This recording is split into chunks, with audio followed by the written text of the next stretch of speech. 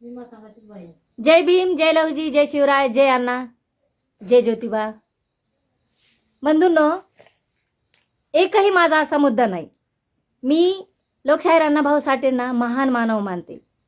लहुजी वस्ताद साळव्यांना महान मानव मानते. माझा एकही असा व्हिडिओ नाही की मी माझ्या माणसांना ट्रोल केले, मी माझ्या जातीला दोष दिलाय.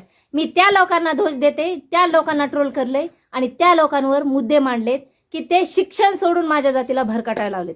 आता माझा विषय काय होता की बाबा, जर आपला कार्यकर्ता भाषण करताना हे मांडत असेल की आपण शुभ आहेत, आपण देवादिकातले आहोत, आपण पुराणातले आहोत, आपण हे विषय महत्वाचे नाहीत. आपल्या समाजाला शिक्षण महत्वाचं आहे आणि शिक्षण हाच मुद्दा मेन आहे. माझा समाज अजूनही विशिष्ट भागामध्ये, मी ज्या भागात राहते तिकडून अजूनही लोक शिकलेले नाहीत. अजूनही लेकरांना शिक्षण या म्हणजे 10वी-12वीच्या पुढे माझा विद्यार्थी नाही. माझं मत काय आहे, आपण महान मानवाच्या जातीत जन्माला आलो, लोकशाहीर अण्णाभाऊ साठेंच्या जातीत जन्माला आलो.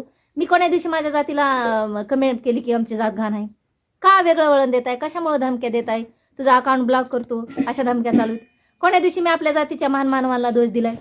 मी कार्यकर्त्यांना दोष देते की जे माझ्या समाजाला वेगळं वळण देत आहेत, जे संविधान आपल्याला जतन करतं, जे संविधानामुळे आज आपण जिवंत आहोत, त्यापासून आपल्याला लांब करतात.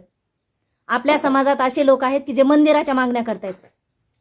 त्यांनी वाचनालय मागू द्या. लोकशाहीर अण्णाभाऊ साठे मागोड्यामध्ये लोकशाहीर अण्णाभाऊ साठेचं वाचनालय आहे का?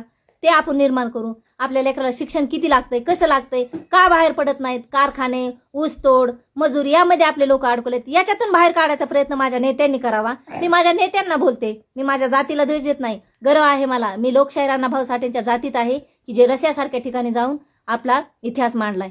मी कोण्या दिवशी असा व्हिडिओ टाकला नाही की माझ्या जातीचा मला तिरस्कार आहे. तू बाबासाहेब आंबेडकरांच्या चाटू झालीस कशामुळं? तुम्ही महान मानवा. आपल्या काही नेत्यांच्या भाषणामुळं लोकशाहीर अण्णाभाऊ साठेंना लोक ट्रोल करायला लागले. हे सत्य आहे. मला टार्गेट करू नका. मला माझ्या विषयातून मला स्वातंत्र्य आहे. भारतीय संविधानानं मला स्वातंत्र्य माझं मत मांडण्याचं दिले.